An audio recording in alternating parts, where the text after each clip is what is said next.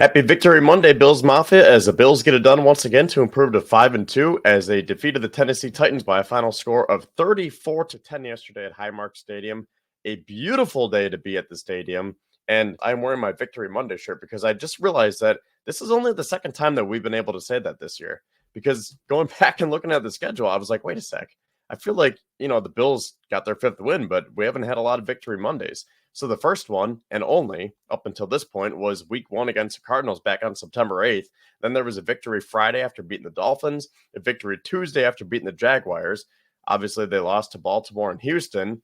Last week was another victory Tuesday, and now finally today, we can get back to our Victory Monday way. So felt good to have a 1 o'clock home game. Again, beautiful day in Orchard Park, and the Bills get it done. Now, I will say it did start out pretty shaky as the Bills found themselves down 10-0 in the first half to the 1-4 Titans. And this is a team who was ranked 31st in total offense, 31st in passing offense. Now, they did have a very good defense, specifically that pass defense. But the fact that the Bills just couldn't get anything going was kind of concerning at first. And then they finally found their footing. So I tweeted this last night saying that the Bills scored 3 points in the first half versus Baltimore, 3 points in the first half versus Houston, 3 points in the second half versus the Jets, and then 7 points in the first half yesterday versus Tennessee. And yet they are 5-2, have a 2.5 game lead in the AFC East, and are still averaging over 28 points per game on the season. Now imagine what they can do when they can put a full 4 quarters together. And now they're getting healthy. They're getting Amari Cooper integrated into the offense. So I think the sky's the limit with this team, but they beat themselves a lot.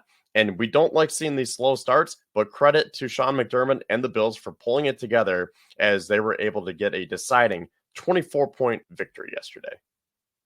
Now, along those same lines, the Bills had the ball 6 times in that first half yesterday. They punted on 5 of those.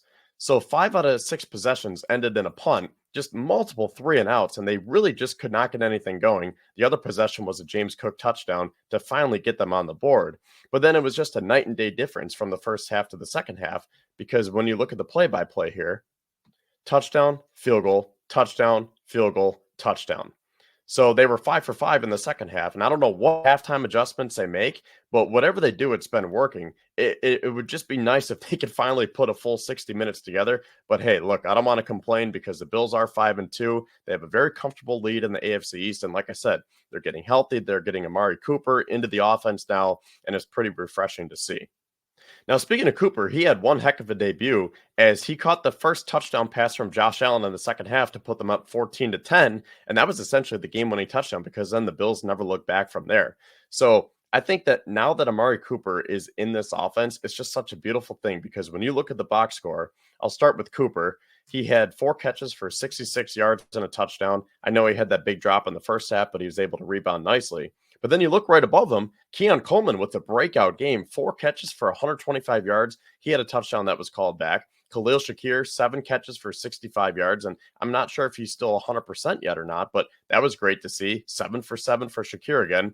Dalton Kincaid, 6 targets, just 3 catches, but 52 yards. And that's really your top 4 right there. It's going to be Cooper, Coleman, Shakir, and Kincaid. Maybe not specifically in that order, but I think that's pretty much how it's going to shake out for the rest of the season. We'll see what happens with Curtis Samuel. He left with a shoulder injury. And then you have guys like Dawson Knox, Mac Hollins, Ty Johnson, who caught a touchdown pass yesterday. So I think the great thing about acquiring a wide receiver like Amari Cooper is that everyone else can settle into more comfortable roles now, right? Keon Coleman doesn't have that pressure of going up against opposing CB1s. Mac Hollins doesn't have to be a wide receiver 2 anymore. He is more suited to be that wide receiver 4 or 5.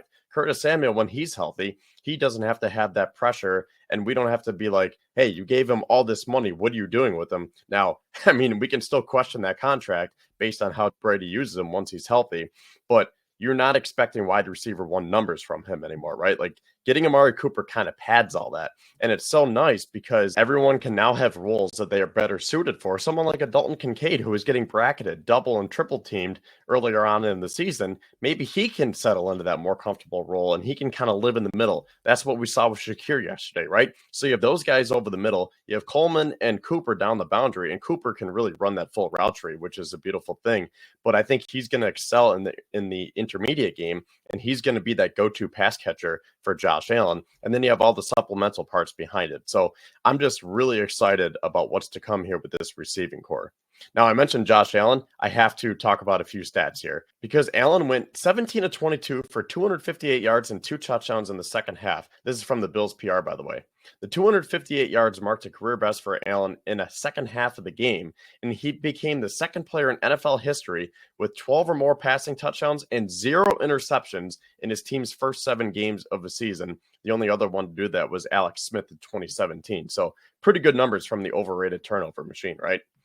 Now, I will say that first half was pretty abysmal. He was only 4 of 11 for 65 yards, but he was able to turn it around quickly. And you can see by those numbers, I mean, that was the most yards he's ever thrown for in the second half. That kind of shocked me when I saw that. So hats off to the Bills for being able to pull it together. Now, I do want to talk about the defense before we move ahead to the Seattle Seahawks here. So Dorian Williams led the way once again with 10 tackles. Terrell Bernard had 8. Taron Johnson had 7. It's so good to see them playing back together again. Taylor Rapp and Dwayne Carter. I must say, even though Dwayne Carter is down on the box score in terms of tackles, but him and Taylor Rapp made a huge fourth down stop. And then you look at the sacks here. Greg Rousseau had half a sack. Dwan Smoot had half a sack. A.J. Epinesa had that strip sack. Daquan Jones had a sack. DeMar Hamlin had another interception. So the defense came up huge once again. A nice, complete team victory, minus that first half. But again, they're able to come together, and now they are 5-2 with that nice lead in the AFC East. The Jets lost on Sunday Night Football. That was pretty fun to see. Russell Wilson, I mean, that was a really nice game from him and the Steelers. They're also 5-2 now. But more importantly, the Bills took care of business, and now they will shift their attention to the Pacific Northwest as they will be making the long trek out there to take on Geno Smith and the 4-3 Seahawks next Sunday afternoon at 4:05.